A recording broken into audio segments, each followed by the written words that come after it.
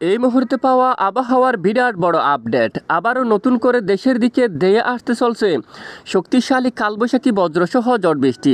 কবে থেকে এই ঝড় বৃষ্টিপাতের সম্ভাবনা রয়েছে তা জানিয়ে দেওয়া হবে ভিডিওটির মাধ্যমে।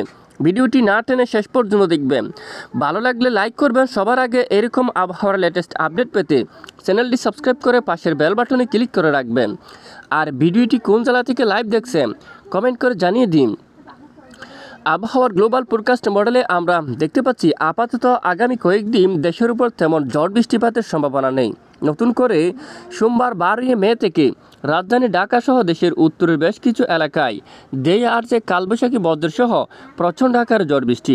আগামী 12, 13, 14, 15 এই দিনগুলোর মধ্যে দেশের বেশিরভাগ এলাকায় শক্তিশালী কালবৈশাখী বৃষ্টিপাতের পূর্বাভাস দিয়েছে আবহাওয়ার মডেল। আসুন এক নজরে আমরা দেখিনি কোন কোন জেলাগুলোর পর বৃষ্টিপাতের সম্ভাবনা থাকবে। তো এই যে দেখুন 12 তারিখ একেবারে ভোর সকাল থেকে যদি আমরা একটু লাইভ ট্রেকিং করে দেখি, তো প্রথমে যে বৃষ্টিপাতের সম্ভাবনা দেশের একেবারে উত্তর অঞ্চলে, যেমনটা হবিবগঞ্জ এবং বানিয়াচং এলাকায়, পেঞ্চুগঞ্জ, শালা থেকে শুরু করে সিলেট এবং নেত্রকোনা, ময়মনসিংহ, নান্দাইল এই সকল জেলার উপর কালবৈশাখী ব্যাপক বজ্রসহ বৃষ্টিপাতের সম্ভাবনা থাকবে। এরপরে দেখুন ঠিক সোমবার 12 মে নাগাদ হবিগঞ্জ অঞ্চল, ঠিক বানিয়াচং, পেঞ্চুগঞ্জ, শালা, নান্দাইল, কিশোরগঞ্জ একই অঞ্চলে আবারও শক্তিশালী বজ্রসহ এবং কালবৈশাখী প্রচণ্ড আকারে বৃষ্টিপাতের সম্ভাবনা দেখা যাচ্ছে। এবং পাশাপাশি এদিকে বৃষ্টিপাতের সম্ভাবনা তেলিয়ামুড়া, তারপর আমবাসা, মানু এবং এদিকে কুমারঘাট, তারপর পানিসাগর, ধর্মনগর সহ কোলাউড়া এই সকল জেলার উপর একেবারে শক্তিশালী কালবৈশাখী ব্যাপক বজ্রবিদ্যুৎ সহ প্রচণ্ড আকারে বৃষ্টিপাতের সম্ভাবনা রয়েছে। এছাড়া দেশের দুয়েক এলাকায় ক্ষুদ্র ক্ষুদ্র বৃষ্টিপাত দেখুন। এবং নতুন করে বিকেল থেকে আবারও শক্তিশালী কালবৈশাখী ঝড় বৃষ্টি তৈরি হওয়ার প্রবল সম্ভাবনা, তবে কিছুটা হেরফের হতে পারে আগে বা পরে। তো আমরা কিন্তু নজর রাখছি, অবশ্যই আমাদের সঙ্গে থাকবেন।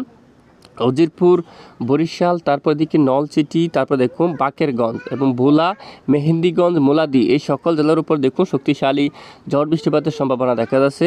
এবং এদিকে দেখুন নাজিরপুর, পিরোজপুর এবং বাগেরহাট অঞ্চল এবং রামপাল এই সকল এলাকায় শক্তিশালী বৃষ্টিপাতের সম্ভাবনা। খুলনা, তারপর এদিকে দেখুন ভটিয়াঘাটা, ফুলতলা অঞ্চল, চুকনগর এবং এদিকে গোপালগঞ্জের উপর একেবারে ভারী বৃষ্টিপাতের সম্ভাবনা দেখা যাচ্ছে।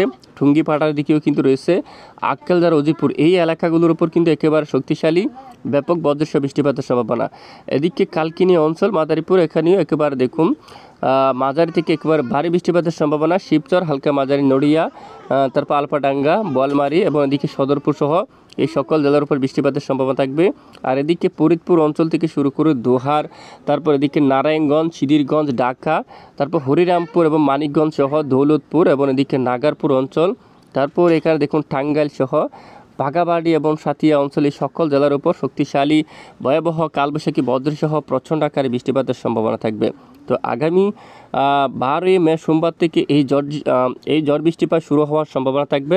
পাশাপাশি মঙ্গলবার 13 তারিখ উত্তরে হালকা বিক্ষিপ্ত ঝড় বৃষ্টি, সিলেট বিভাগের দুয়েক এলাকায় বিক্ষিপ্ত ঝড় বৃষ্টি। নতুন করে আবারও 13 মে মঙ্গলবার অলরেডি এখানে হবিগঞ্জ, বানিয়াচং, শালা হালকা মাঝারি বৃষ্টিপাতের সতর্কতা কিন্তু রয়েছে।